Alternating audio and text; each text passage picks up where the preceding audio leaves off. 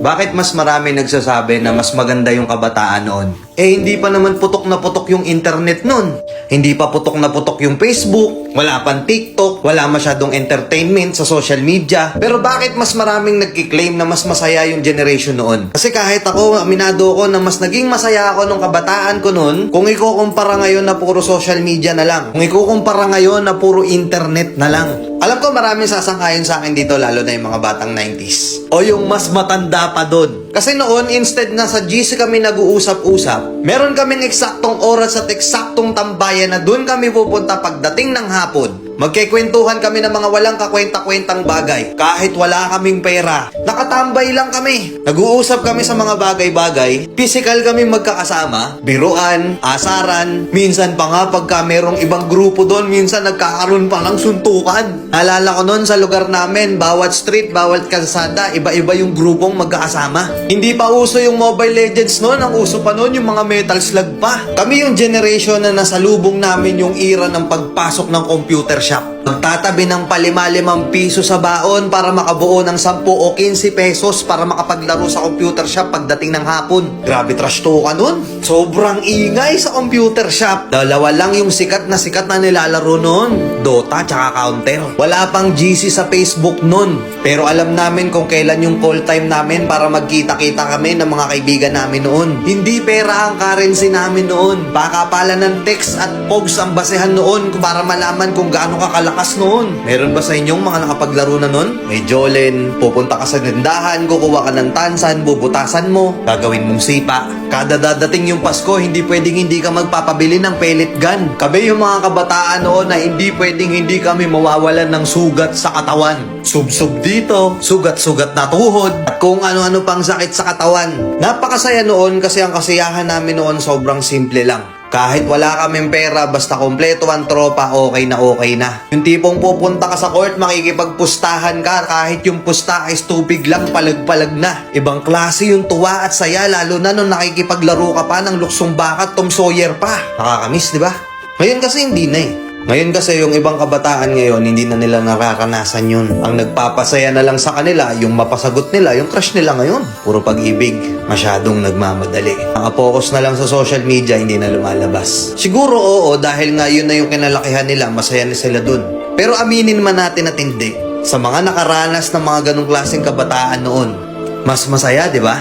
Na kahit gutom na gutom ka na maghapon, may palo ka pa pag-uwi. Hindi yun mahalaga, ang importante kahit gusgusin na yung itsura mo, as long as makalaro mo yung mga kalaro mo, okay na. Masaya ka na. Nakakamiss lang balikan. Tapos ngayon yung buhay natin hindi na ganun kasaya. Hindi na ganun kasimple. Kaya minsan naiisip natin sana bata na lang tayo ulit. Oo, wala nga tayong pera nun pero masaya tayo. Hindi ganun kalaki at hindi ganun kabigat yung problema noon. Habang tumatanda tayo, nawawala na yung saya natin nung bata tayo. Kaya minsan yung iba, ini-spoil nila yung inner child nila ngayon. Ay, tulog.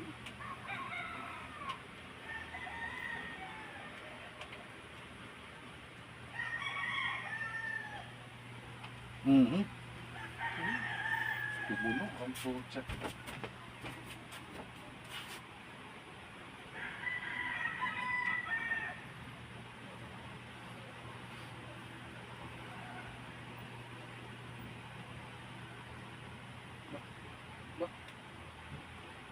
Ayaw. Ayaw pumitik.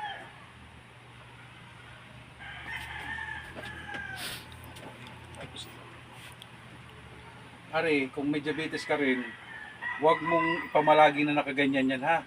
Kailangan isinasagad mong papaganyan lagi ha. Yung kay Mrs. Ganyan na. Oo, kailangan igaganyan mo lagi yan. Gusto po, mahirap po talagang kuwan. Pangalit mo.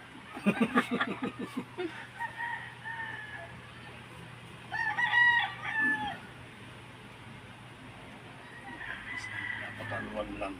Yung iba talagang pinipiga-piga ko, ilak mo natin. Ilak mo lang may giya. Laglag lang. Ang daming tunog. Ang daming tunog eh. Masarap? Okay. Hinga ka natin ha. Saan po yung banda? Si May Santo Tomas.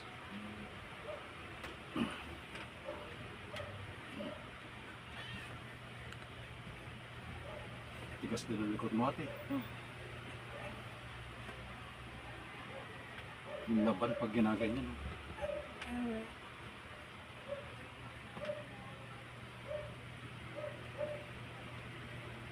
Parang tinuulan lang.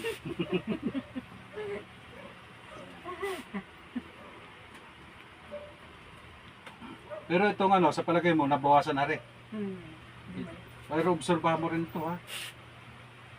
Ari, Okay. okay lang, hindi siya masakit dito sa may side na ito.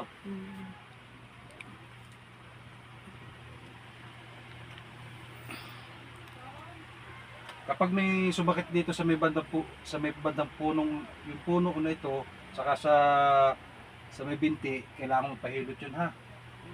Huwag mong babaliwalayin yan. Dahil posibleng hindi ka makalakad pagka ganun.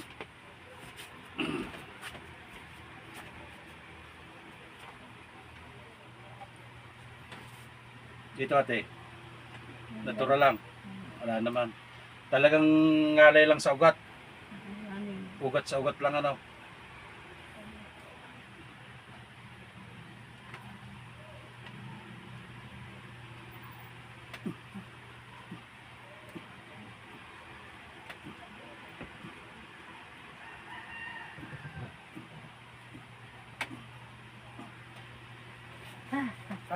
O sige, tihaya ka ate, tihaya.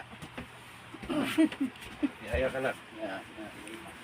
Makasapin naman sa iyo. Tagilit ka dito sa akin ate. Baka balaglag ka, isot ka na konti ito. Yan. Hinga muna.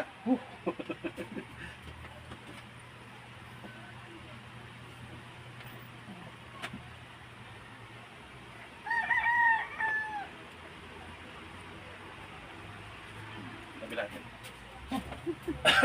Sa kabila po.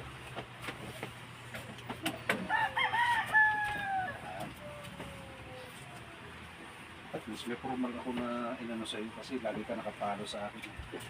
Tingnan ko lang kung magaganda yung video mo kung ano ko. Kung sunada mo lang.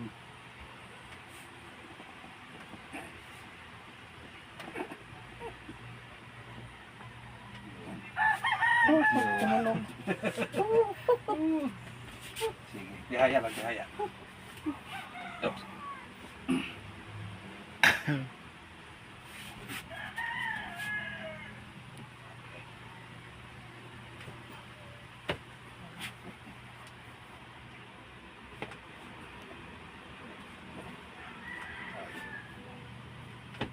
Tigas din ang paa mo.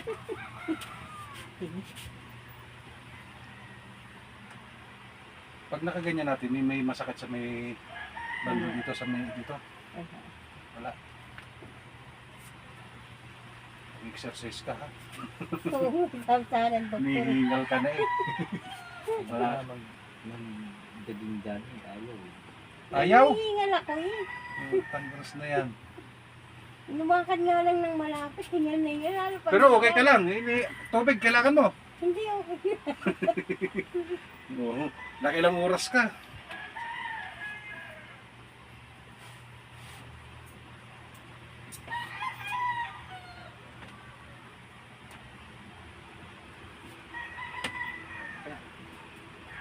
Sige, upo po kayo. Upo. Tapos na rin ano. Ayos mo lang natin. Yan, ganyan mo lang. Yan.